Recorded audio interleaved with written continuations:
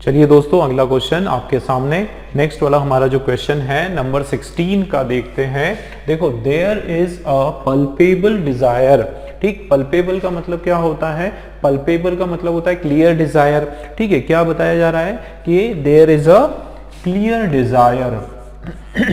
देखते हैं, देखो, there is a clear desire among Indians around the world to stay rooted with their culture, and in Singapore there is a thrive Indian classical art scene, though Indians constitute a small minority of the population। क्या यहाँ पर बताया जा रहा है? आप देखें कि there is a palpable desire।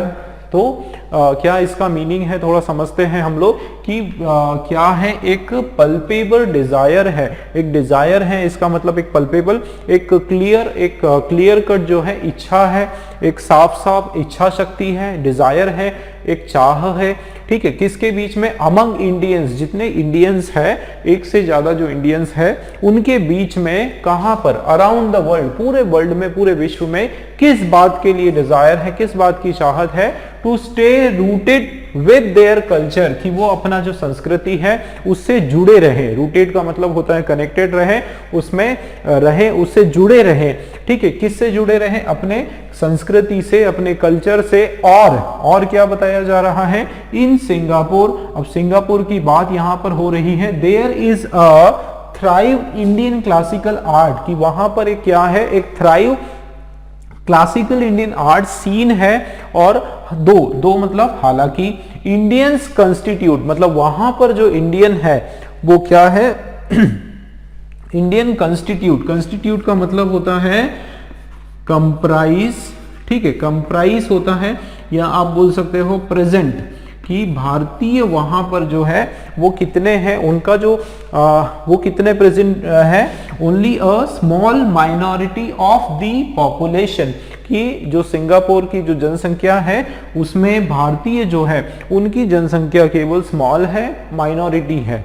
ठीक, इस तरह का यहाँ पर कुछ सेंस हमारा आ रहा है। चलिए देखते हैं स्टार्टिंग से क्या एरर हो सकता है। अब देखो, there is a palpable desire. सबसे पहले हम लोग ए वाले हमारे ऑप्शन को समझते हैं। देखो दोस्तों, मैंने आपको बताया था कि देयर से अगर शुरुआत होती है तो देयर के बाद हम लोग क्या लगाते हैं? ऑक्सिलरी वर्ब लगाते हैं। ठीक है, और ये ऑक्सिलरी वर्ब है, और उसके बाद यहां पर हमारा सब्जेक्ट होता है। ठीक है, क्या होता है? सब्जेक्ट होता है। तो आप देखो, अ पल्पेबल डिजायर, तो ये डिजायर जो है ये हमारा सब्जेक्ट है। ठीक है ना, और पल्पेबल जो है ये हमारा एडजेक्टिव है। और डिजायर जो है किस तरह का सब्जेक्ट है दोस्तों? एब्स्ट्रैक्ट नाउन है। ठीक है ना, डिजायर ये एक एब्स्ट्रैक्ट नाउन है, इसका मतलब ये हमारा सिंगुलर सब्जेक्ट हो गया। ठीक है ना, क्या है? डिजायर शब्द सिंगुलर सब्जेक्ट है। तो सब्जेक्ट इस साइड होता है देयर के केस में, और वर्ब यहां पर होता है। भाई सिंगुलर सब्जेक्ट है तो सिंगुलर वर्ब होना है, मतलब यहां पर इस जो है वो बिल्कुल करेक्ट है, इसके अंदर कोई भी प्रॉब्लम नहीं है। देयर आर डिजायर होता तो रॉन्ग हो जाता। ठीक है, तो सिंगुलर वर्ब सिंगुलर इस सब्जेक्ट के हिसाब से बिल्कुल सही है। ठीक, मतलब ए वाले के अंदर हमारा कोई एरर नहीं, ये हमारा बराबर है। आगे देखते हैं। तो देखो, there is a palpable desire, एक क्लियर कट डिजायर है, इच्छा शक्ति है। अमंग का मतलब होता है कि बीच में, और अमंग और बिटवीन का मैंने आप लोगों को बताया था कि अमंग जो वर्ड हम यूज करते हैं वो more than two, more than two, दो से ज्यादा लोगों के बीच में जब हम बात करना होता है तो हम लोग उसमें अमंग लगाते हैं। और बिटवीन जो शब्द है दोस्तों वो केवल बिटवीन, केवल दो लोगों के बीच में हम यूज करते हैं। तो देखो, अमंग इंडियंस, बहुत सारे इंडियंस के बीच में, तो ठीक है, बराबर है। अराउंड द वर्ल्ड, पूरे वर्ल्ड के आसपास, अराउंड द वर्ल्ड, टू, और टू के बाद वर्ब का फर्स्ट फॉर्म, इसका मतलब बी के अंदर भी आपका कोई भी एरर अभी तक हमको दिखाई नहीं पड़ रहा है। ठीक है ना, आगे देखते हैं। तो अराउंड द वर्ल्ड, ठीक है। टू स्टे, टू के बाद वर्ब का one, to stay rooted with. अब ये यहां पर दोस्तों मैं आपको एक चीज बताऊं, एक्सक्यूज मी, ये जो आपका वर्ड है रूटेड, ध्यान देना ये जो आपका वर्ड है रूटेड, इसके साथ फिक्स प्रीपोजिशन आता है, कौन सा, टू। रूटेड के साथ हमेशा टू प्रीपोजिशन आता है, जो कि हमारा ये फिक्स प्रीपोजिशन है, ठीक है ना। मतलब ये आपका पर्टिकुलर एरर, प्रीपोजिशन का एरर दोस्तों हमारा यहाँ पर आ गया, और विथ जो है ये रॉन्ग हो जाएगा। रूटेड के साथ टू प्रीपोजिशन आता है, ठीक है, क्लियर हुआ। तो अब देखो टू स्टे रूटेड टू, किससे, टू देयर कल्चर। देखो देयर मतलब इंडियंस की बात हो रही है, मतलब यहां पर ये जो प्रोनाउन है ये इंडियंस के हिसाब से बिल्कुल बराबर है, देयर कल्चर, उनके कल्चर। एंड, अब देखो एंड आ गया दोस्तों, अब एंड यदि आ गया इसका मतलब अब हमारा एक नया सेंटेंस शुरू हुआ। मतलब यहां तक जो हमने किया एक सेंटेंस हमारा ये रहा, ठीक है ना। अब यहां से हमारा एक और दूसरा नया सेंटेंस शुरू हो गया, देखते हैं। देखो इन सिंगापुर, कॉमा सिंगापुर की अब यहां पर पर्टिकुलरली बात हो रही है। देयर, देखो वापस शुरू हो रहा है किससे, देयर। अब देखो देयर इज अ, ध्यान देना, अब बहुत इंपॉर्टेंट चीज मैं आपको बता देता हूं। देखो there is a thrive Indian classical art. देखो देयर है, उसके बाद इज है, इसको देखो आप ध्यान से, अभी आपको समझ में आ जाएगा क्या मिस्टेक है। देखो यहां पर क्या है, देयर है, उसके बाद इज है, उसके बाद आर्टिकल है, उसके बाद क्या है यहाँ पर एडजेक्टिव है, और उसके बाद नाउन है। तो यही पैटर्न यहां पर भी होगा। अब यहां आप देखो देयर है, उसके बाद इज है, फिर आपका ये आर्टिकल है, और ये आपका एडजेक्टिव होना चाहिए। पर ये जो थ्राइव है दोस्तों, ये तो आपका वर्ब है। थ्राइव हमारा क्या है, वर्ब है। इसका मतलब थ्राइव यहां पर रॉन्ग हो गया, और वर्ब को जब हमको एडजेक्टिव में कन्वर्ट करना है तो कैसे करेंगे। देखो वर्ब को अगर हमको एडजेक्टिव में कन्वर्ट करना है तो थ्राइव को या तो थ्राइव्ड करो, या तो उसमें ईडी लगा दो, या फिर क्या लगाना है, थ्राइविंग, कंटिन्यूटी उसके अंदर आईएनजी लगा दो, तो ये आपका एडजेक्टिव बन जाएगा, ठीक है ना। क्या बन जाएगा ये आपका एडजेक्टिव, कि there is a thriving Indian classical art scene. ये सीन की यहां पर बात हो रही है, मेन हमारा जो नाउन है या सब्जेक्ट है वो सीन के ऊपर है, ठीक। अब थ्राइव का मतलब होता है ग्रो, थ्राइव का क्या मतलब होता है, ग्रो, और थ्राइविंग मतलब ग्रोइंग, की बढ़ता हुआ, प्रोग्रेस करता हुआ, एक आगे ग्रो करता हुआ, तरक्की करता हुआ इंडियन क्लासिकल आर्ट सीन वहां पर देखा गया या वहां पर है, ठीक। इस तरीके से इसका मतलब ये हमारी पोजीशन जो है, यहां पर अ के बाद वर्ब कैसे आएगा बताओ जरा। अ के बाद आर्टिकल के बाद वर्ब आना ही नहीं है ना, तो आर्टिकल के बाद यहां पर वर्ब नहीं आएगा, और वर्ब को हम लोग एडजेक्टिव में कन्वर्ट कर सकते हैं, कैसे, उसमें या तो आप ईडी लगाओ या फिर आईएनजी लगाओ, ठीक है। तो थ्राइव्ड यहां पर, देयर इज अ थ्राइव्ड का यहां पर मीनिंग नहीं आ रहा है, यहां पर एक बढ़ता हुआ, ग्रो करता हुआ, इस तरह से यहां पर मीनिंग आ रहा है। इसका मतलब आईएनजी हमारा लगने वाला है थ्राइव में, ठीक है, क्लियर हुआ दोस्तों। तो यहां थ्राइव नहीं, थ्राइविंग, ये आपका सही हो जाएगा कि there is a thriving Indian classical art scene, ठीक। दो आगे बढ़ते हैं, एक एरर तो हमारा आ गया। दो इंडियन कॉन्स्टिट्यूट्स दो, अच्छा दो मतलब हालांकि, ठीक है। हालांकि क्या बताया गया कि भारतीय वहां पर जो है, देखो ध्यान से, ये आपका प्लूरल नाउन है इंडियंस, तो प्लूरल वर्ब देखो, कंस्टिट्यूट प्लूरल वर्ब है, एस नहीं लगा, बिल्कुल सही है। तो दो इंडियंस कंस्टिट्यूट क्या, अ स्मॉल माइनॉरिटी, एक बहुत कम छोटी माइनॉरिटी है, किसकी, ऑफ द पॉपुलेशन, की जनसंख्या का केवल एक छोटा सा माइनॉरिटी हिस्सा है इंडियंस, ठीक। उस हिसाब से बाकी कोई प्रॉब्लम नहीं। एरर हमारा थ्राइव का है, और इसके कारण डी वाला भी रॉन्ग हो गया, ठीक है ना। मतलब इस पर्टिकुलर क्वेश्चन में हमारे दो एरर है दोस्तों, एक तो आपका किसमें, सी के अंदर है, और दूसरा डी, सी और डी, ये हमारे एरर वाले ऑप्शंस है, ठीक है, क्लियर हुआ। मजेदार क्वेश्चन था, देखो इस तरह के क्वेश्चंस, इस लेवल के क्वेश्चंस आपके आते हैं क्लर्क में, मेंस में आपके आते हैं, ठीक है। आप देखो फिर से हम लोग एक बार सही आंसर पढ़ने वाले हैं। देखो there is a palpable desire, ठीक है, एडजेक्टिव हुआ और उसके बाद नाउन हुआ। Among Indians around the world to stay rooted to their culture and in Singapore there is a thriving Indian classical art. किस तरह का, thriving Indian classical art scene, though Indians constitute a small minority of the population। ठीक, clear हुआ दोस्तों। चलिए अगला question देखते हैं। चलिए नेक्स्ट क्वेश्चन आपका सामने है, क्वेश्चन नंबर 17 हम लोग देखने वाले हैं। देखो पढ़ते हैं। Pilgrims had to wait 7 to 8 hours in the long winding queue leading with the temple premises as the holy hillock, witnessing a heavy rush with the increase in the flow of pilgrims during the weekend। क्या इसका meaning हो रहा है दोस्तों? देखो यहाँ पर बात की जा रही है पिलग्रिम्स की। अब पिलग्रिम्स का मतलब होता है कि जो दर्शनार्थी होते हैं या जो यात्री जिसको बोला जाता है, जो धार्मिक यात्रा पर जो निकलते हैं, ठीक है, उनको पिलग्रिम्स कहा जाता है। ठीक है ना। तो धार्मिक यात्रा पर जो जाने वाले लोग हैं, देखो हैड टू वेट, बिल्कुल ये आपका उनको हैड टू वेट, इसका क्या मतलब है कि उनको इंतजार करना पड़ता था। Had to wait 7 to 8 hours, कितने टाइम के लिए? 7 से 8 घंटों तक उनको जो है इंतजार करता था। कहां पर? In the long winding Q. Long winding Q का मतलब होता है एकदम लॉन्ग लाइन क्यू, एक बहुत लंबी सी लाइन। क्यू मतलब एक बिल्कुल कतार, उसमें इनको इंतजार करना पड़ता था। ठीक है, इस तरह से बात हो रही है। लीडिंग विद द, ध्यान देना, leading with the temple premises, और उससे क्या होता था कि लीडिंग जो कि टेम्पल प्रेमाइसेस तक लीड करता था। As the holy hillock witnessing. अब देखो होली हिलॉक, हिलॉक का मतलब होता है पहाड़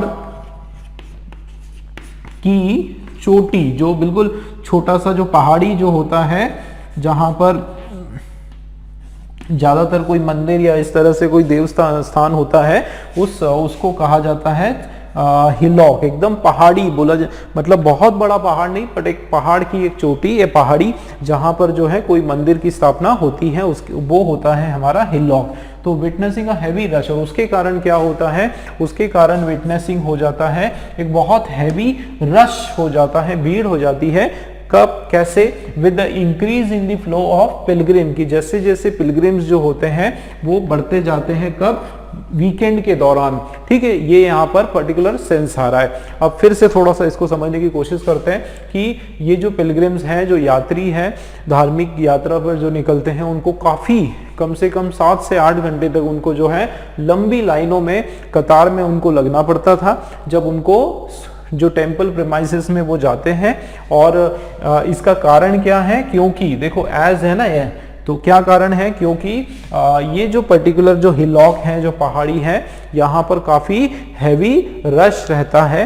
ठीक है, और खास करके वीकेंड का समय है इसलिए। ठीक, ये मोटा मोटा हमने इसको इसका एक मीनिंग हमने समझने की कोशिश की। ठीक, अब हम लोग शुरू से देखते हैं। बिल्कुल, तो देखो ये पिलग्रिम्स की बात हो रही है, प्लूरल हमारा यहाँ पर सब्जेक्ट है। ठीक, लेकिन ये हमारा पास्ट का सेंटेंस है, तो देखो क्या करना पड़ता है? हैड टू, ये वर्ब का हमारा सेकंड फॉर्म है दोस्तों, ध्यान रखना, हैज या हैव, और ये उसका सेकंड फॉर्म है। और टू के बाद वर्ब का फर्स्ट फॉर्म। बिल्कुल ठीक लग रहा है कि पिलग्रिम्स हैड टू वेट कितने टाइम? 7 to 8। तो ये बिल्कुल 7 to 8 बिल्कुल बराबर है। 7 to 8 आवर्स कहां पर? In the long winding Q. ध्यान देना दोस्तों, ये देखो ये यहाँ पर बीच में स्लैश लगा है, इसका मतलब ये पूरा का पूरा आपका एक सिंगल वर्ड है। और लॉन्ग विंडिंग ये आपका यहाँ पर एडजेक्टिव है। ठीक है ना, क्या है यहाँ पर? ये एडजेक्टिव है। तो लॉन्ग विंडिंग क्यू, क्यू ये आपका वापस से नाउन हो गया। ठीक है, आगे लीडिंग विथ। अब लीडिंग जो है उसके साथ विथ प्रीपोजिशन नहीं आता है। लीडिंग के साथ कौन सा प्रीपोजिशन आता है दोस्तों? टू, है ना, लीडिंग टू बोलते हैं कि ये इससे ये इसका ये परिणाम होता है। ठीक है, लीडिंग टू क्या? कि द टेम्पल प्रेमाइसेस, जो कि एक लॉन्ग विंडिंग जो कतार है, जो कि कहां पर जा रही है? लीडिंग टू, किस ओर जा रही है? टेम्पल प्रेमाइसेस की ओर जा रही है। ठीक, आगे देखते हैं। तो एरर हमने पता किया, यहाँ पर बी वाले सेक्शन में हमारा एरर है, और ये भी आपका दोस्तों किसका एरर है? फिक्स प्रीपोजिशन का एरर है। आप देखो लीडिंग के साथ विथ नहीं आता है, लीडिंग के साथ टू प्रीपोजिशन हम लोग लगाने वाले। तो बी में हमारा एरर निकल कर आ गया। ठीक है ना, आगे देखते हैं। तो देखो the temple premises as the holy hillock देखो एज, अब ये एक तरह से एक नया सेंटेंस शुरू हो गया, ठीक है ना, एज है, अब एज कारण बताने के लिए इसके बदले आप बिकॉज लिख सकते हो। किस कारण से ऐसा होता है, किस कारण से इतनी लंबी कतारें लग जाती है, या किस कारण से पिलग्रिम्स को 7 से 8 घंटों तक इंतजार करना पड़ता है, तो उसका कारण देखो क्या है। यहां से हमारा एक नया सेंटेंस, बिल्कुल नए सेंटेंस की तरह, देखो आप यहां तक पूरा हमने जो करना था, क्लियर करना था वो कर लिया। अब नए सेंटेंस से वापस नए तरीके से एरर हम लोग देखेंगे, ठीक है ना। आप देखो तो द होली हिलॉक, ध्यान देना, द होली हिलॉक ये आपका सब्जेक्ट है, ठीक है ना दोस्तों। जिस तरीके से मैं आपको बता रहा हूं बिल्कुल वैसे ही ध्यान दो आप। यहां तक आप अलग सेंटेंस, यहां तक आपका एक सेंटेंस और एज है, उसके बाद एक दूसरा सेंटेंस। अब देखो द लगा है और होली हिलॉक मतलब ये आपका सब्जेक्ट, और ये कौन सा सब्जेक्ट, सिंगुलर सब्जेक्ट है ना, एक पहाड़ी की बात हो रही है, ठीक है। अब आगे देखो, अब यहां पर सब्जेक्ट है, इसका मतलब उसके बाद क्या आना है, देखो सब्जेक्ट, उसके बाद वर्ब, और उसके बाद कोई दूसरे वर्ड्स, इस तरीके से स्ट्रक्चर होता है। तो देखो the holy hillock witnessing a heavy rush, बस इतना पढ़ो, ठीक है। Holi hillock witnessing a heavy rush. अब एक चीज बताओ कि ये हमारा सब्जेक्ट हो गया, अब यहां ये अगर विटनेसिंग हमारा गवाह बन रहा है, या फिर फेसिंग, आप इसको बोल सकते हो फेसिंग, ठीक है। ये आपका वर्ब का आईएनजी वाला फॉर्म है। अब आईएनजी वाला फॉर्म है तो इसमें यहां पर एक हेल्पिंग वर्ब आना था, नहीं इज विटनेसिंग होना था। क्या बोला जा रहा है कि क्या आना था, आईएनजी वाला फॉर्म आना था, इज विटनेसिंग, क्योंकि हिलॉक है, लेकिन वो आपका कंटिन्यूअस टेंस है। लेकिन पूरा का पूरा हमारा सेंटेंस जो है वो किसमें चल रहा है, पास्ट टेंस का हमारा पूरा सेंटेंस है। इसका मतलब यहां पर आईएनजी या तो हेल्पिंग वर्ब के साथ होना था, लेकिन वो अलग मीनिंग हो जाता, फिर हमारा ये आईएनजी में नहीं रहेगा, क्या हो जाएगा इसके बदले विटनेस्ड, ठीक है ना, विटनेस्ड हो जाएगा। क्यों, क्योंकि ये हमारा वर्ब का सेकेंड फॉर्म बन गया, ठीक है ना दोस्तों, वर्ब का सेकेंड फॉर्म बन गया। और जैसे स्ट्रक्चर आप देखो कि भाई हमारा सब्जेक्ट, उसके बाद हमारा क्या आना है, वर्ब आना है, और वर्ब यहां पर क्योंकि पास्ट टेंस में चल रहा है, पूरा सेंटेंस हमारा पास्ट टेंस का है, तो इसलिए यहां पर वर्ब का सेकेंड फॉर्म आएगा, और ये आईएनजी आपका रॉन्ग हो गया, इसके बदले विटनेस्ड जो है बिल्कुल सही हो जाएगा। आप पढ़ो, the holy hillock witnessed a heavy rush, की उसने क्या देखा, क्या फेस किया, एक बहुत ज्यादा भीड़, किसके साथ, with increase in the flow of Pilgrim during the weekend, की वीकेंड है, हफ्ता का अंत है, उसके कारण जो पिलग्रिम्स है वो काफी ज्यादा बढ़ गए हैं, उनकी तादाद काफी ज्यादा बढ़ गई है, और उसके कारण हिलॉक को जो है किस चीज का सामना करना पड़ा, एक हैवी रश का सामना करना पड़ा। इस तरह से यहाँ पर मीनिंग आ रहा है, वो भी सही है। ईडी हमारा यहाँ पर लगने वाला है, इसका मतलब दोस्तों सी के अंदर भी हमारा एरर है, और डबल एरर है, वापस हमारा बी और सी ये हमारा राइट आंसर है। ठीक है दोस्तों, क्लियर है। वीडियो को आप लोग फिर से देखें, पूरा समझें इसको, ठीक है। एक बार हम लोग पूरा राइट आंसर पढ़ेंगे लास्ट टाइम। देखो, pilgrims had to wait 7 to 8 hours in the long winding queue leading to the temple premises as the holy hillock witnessed a heavy rush with the increase in the flow of pilgrims during the weekend। ये हमारा सही हो जाएगा। ठीक, चलिए अगला question देखते हैं। स्वागत दोस्तों एक बार फिर से आप सभी का, और अगला क्वेश्चन हम लोग करने जा रहे हैं। नेक्स्ट वाला क्वेश्चन आप लोग देखें कौन सा है, क्वेश्चन नंबर 18 आपके सामने है दोस्तों। चलिए, एरर का क्वेश्चन है ये पर्टिकुलर हमारा, तो एरर का ये क्वेश्चन है। चलिए शुरू करते हैं।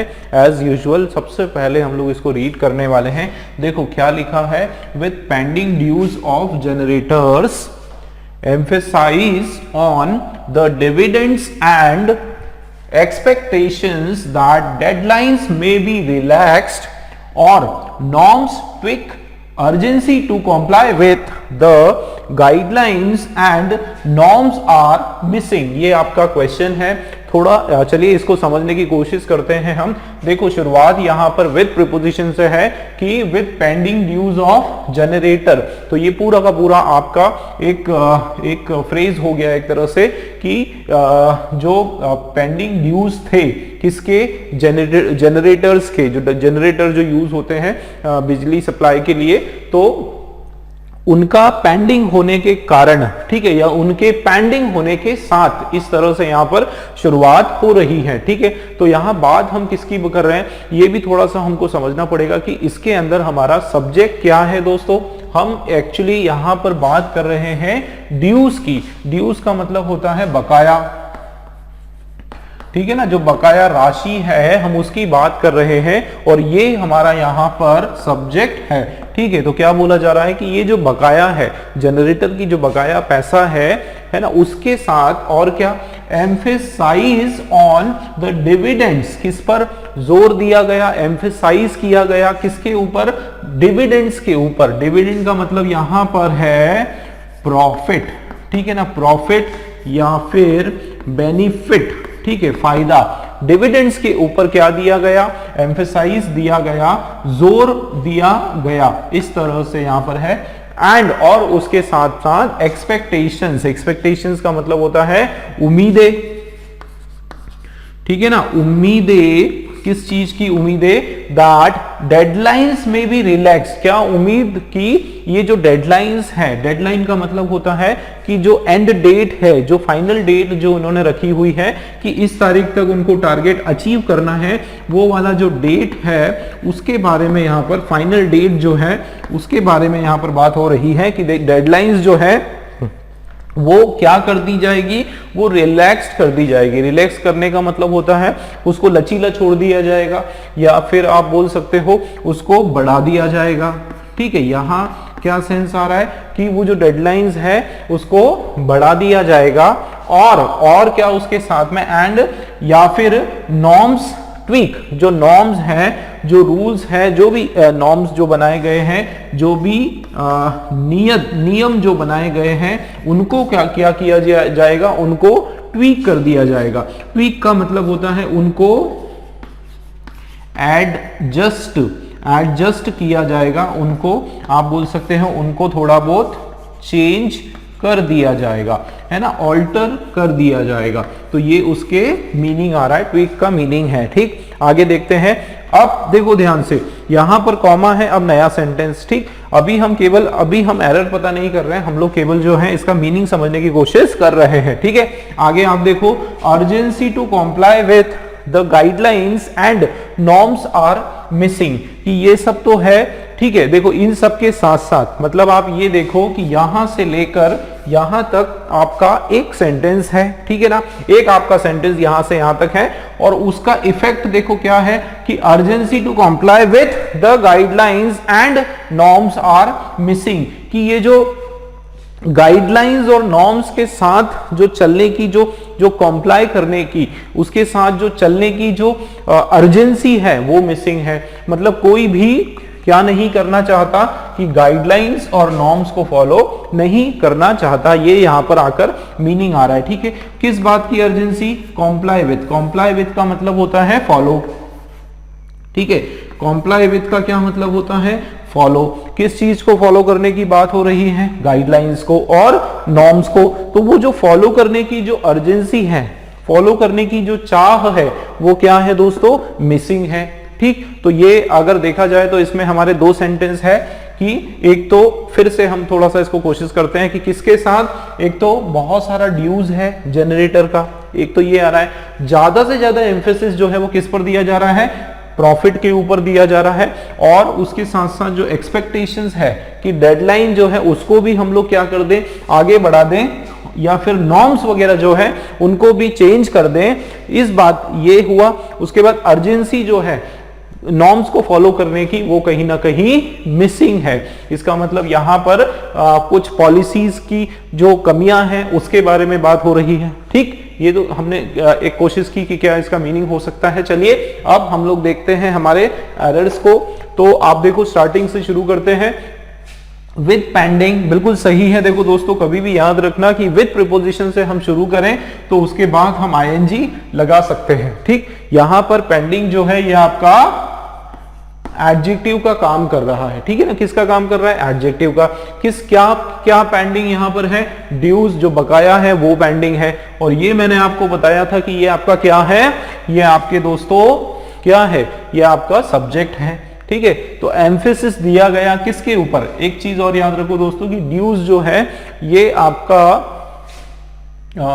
प्लूरल सब्जेक्ट है। ठीक है, एस लगा है, प्लूरल सब्जेक्ट है। किस बात का? ड्यू, जनरेटर्स का। उसके बाद देखो एम्फेसिस या एम्फेसाइज क्या होना चाहिए? यहां पर आपका लिखा है एम्फेसाइज। अब एम्फेसाइज जो है मैं आपको बता दूं कि ये आपका वर्ब का फर्स्ट फॉर्म है। ये क्या है आपका? वर्ब का एम्फेसाइज करने का इसका जो मीनिंग है वो क्या होना चाहिए? एम्फेसाइज देना। एम्फेसाइज का मतलब होता है किसी चीज पर बहुत ज्यादा जोर देना। ठीक है, जोर देना। और ये आपका क्या है? वर्ब का फर्स्ट फॉर्म है। बट यहां हमको देखना पड़ेगा कि हम लोग देखो, एक तो वर्ब है और उसके साथ क्या लिखा है? ऑन। ठीक है, लेकिन यहां पर जो है हम एम्फेसिस ये वर्ड राइट नहीं है, इसके बदले एम्फेसिस जो है दोस्तों, जो कि आपका एक क्या है? नाउन है। ठीक है, एम्फेसिस क्या है? आपका नाउन है और इसका मतलब भी होता है जोर होता है, इसका मतलब भी जोर होता है। लेकिन एम्फेसाइज जो है वो इसका वर्ब फॉर्म है और एम्फेसिस जो है वो इसका नाउन फॉर्म है। तो हमको यहां पर नाउन की आवश्यकता है। आप पढ़कर देखो कि पेंडिंग ड्यूज ऑफ जनरेटर, जो जनरेटर के पेंडिंग ड्यूज हैं उसके साथ साथ एम्फेसिस ऑन द डिविडेंड्स, मतलब ये आपका देखो नया सेंटेंस शुरू हो रहा है, यहां से नया एकदम सेंटेंस शुरू हो रहा है कॉमा के बाद में, तो यहां पर कोई ना कोई नाउन आना चाहिए। भाई किस चीज पर एम्फेसिस? डिविडेंड्स के ऊपर और एक्सपेक्टेशंस के ऊपर। तो यहां एक एरर हमारा ए के अंदर पता चल गया कि एम्फेसाइज के बदले एम्फेसिस जो है बिल्कुल राइट होगा। आगे देखते हैं, तो एम्फेसिस ऑन डिविडेंड्स और एक्सपेक्टेशंस के ऊपर। आगे देखते हैं, दैट किस बात का एम्फेसाइज? दैट डेडलाइंस में भी। ध्यान देना दोस्तों, बहुत इंपॉर्टेंट है, यहां पर मैं आपको बता रहा हूं। देखो डेडलाइंस ये आपका प्लूरल नाउन। ठीक, आगे देखते हैं, अब में आपका मॉडल ऑक्सिलरी वर्ब और उसके बाद बी लगा है, वर्ब का फर्स्ट फॉर्म बिल्कुल सही है। ठीक है, मॉडल कोई भी आया उसके बाद वर्ब का फर्स्ट फॉर्म आता है और बी के बाद वर्ब का थर्ड फॉर्म बिल्कुल सही है। अगर आपका बी आता है, सॉरी ये आपका हेल्पिंग वर्ब है। ठीक है, हेल्पिंग वर्ब का फर्स्ट फॉर्म और उसके बाद मेन वर्ब का थर्ड वाला फॉर्म, मे बी रिलैक्स्ड, बिल्कुल ठीक है, मे बी रिलैक्स्ड। या फिर क्या होगा? देखो नॉर्म्स ट्वीक। अब देखो और लगा है दोस्तों, और कंजंक्शन जो आता है उसके दोनों तरफ हम लोग सेम सेंस लगाते हैं। और कंजंक्शन के दोनों तरफ सेम सेंस लगाते हैं। आप यहां पर देखो, मे बी और वर्ब का थर्ड फॉर्म, मतलब हेल्पिंग वर्ब उसके बाद मेन वर्ब का थर्ड फॉर्म। अब यहां पर आप देखो क्या लगा है कि नॉर्म्स ये आपका नाउन और ये आपका वर्ब का फर्स्ट फॉर्म, जो कि यहां पर रॉन्ग हो जाएगा। इसके बदले हम लोग ट्वीक्ड टीडी लगा देंगे। क्यों? क्योंकि यहां पर देखो नॉर्म्स ट्वीक्ड पास्ट टेंस में ये आपका हो जाएगा, क्या हो जाएगा? सिंपल पास्ट टेंस में हो जाएगा। जब यहां पर पास्ट टेंस में है तो यहां भी हमको क्या करना पड़ेगा? पास्ट टेंस में करना पड़ेगा। और मीनिंग के हिसाब से भी आप देखो कि एक्सपेक्टेशन, जो डेडलाइन है उनको रिलैक्स किया जाएगा और जो नॉर्म्स हैं, जो नियम हैं, उनको चेंज किया जाएगा इस तरीके से। ठीक है, मतलब पास्ट टेंस में आपका होने वाला है। तो एक एरर हमारा यहां पर पता चल गया। ठीक है, ट्वीक के बदले ट्वीक्ड यहां पर हो जाएगा।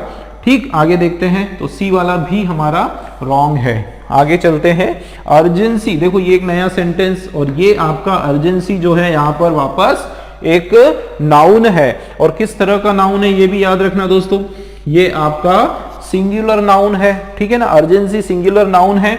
किस बात की अर्जेंसी? टू कॉम्प्लाई विद, पूरा का पूरा यहां से लेकर टू से लेकर कॉम्प्लाई विथ तक पूरा आपका एक आप बोल सकते हो कंपाउंड फ्रेज है, ठीक है, या इसको फ्रेजल प्रीपोजिशन बोलते हैं। क्या बोलते हैं इसको? टू कॉम्प्लाई विथ, ये आपका फ्रेजल प्रीपोजिशन हो गया। और इसका सॉरी, इसका मतलब होता है टू फॉलो या फॉलो करना। ठीक, मैंने आपको बता दिया। तो अर्जेंसी टू कॉम्प्लाई विथ, किस चीज को फॉलो करना? गाइडलाइंस को, ठीक है, और नॉर्म्स को। देखो ध्यान देना, गाइडलाइंस और नॉर्म्स को फॉलो करना आर मिसिंग। एक चीज मैं आपको बताऊं, यहां पर बहुत ही बढ़िया आपका ये पर्टिकुलर क्वेश्चन है। देखो मैंने आपको एक रूल बताया था, noun 1 plus preposition plus noun 2, और वर्ब जो है वो आता है अकॉर्डिंग टू नाउन 1। याद है दोस्तों आप लोगों को? मैंने बताया था कि ये आपका रूल जो कि बहुत कॉमन रूल है, नाउन 1, उसके बाद आपका कोई प्रीपोजिशन और उसके बाद आपका नाउन 2। तो मैं उसमें बताया था कि ज्यादातर जो है ऑफ प्रीपोजिशन आता है, लेकिन यहां पर आपका ऑफ प्रीपोजिशन नहीं है, यहां पर आपका कंपाउंड प्रीपोजिशन आ गया, कॉम्प्लाई विथ आ गया।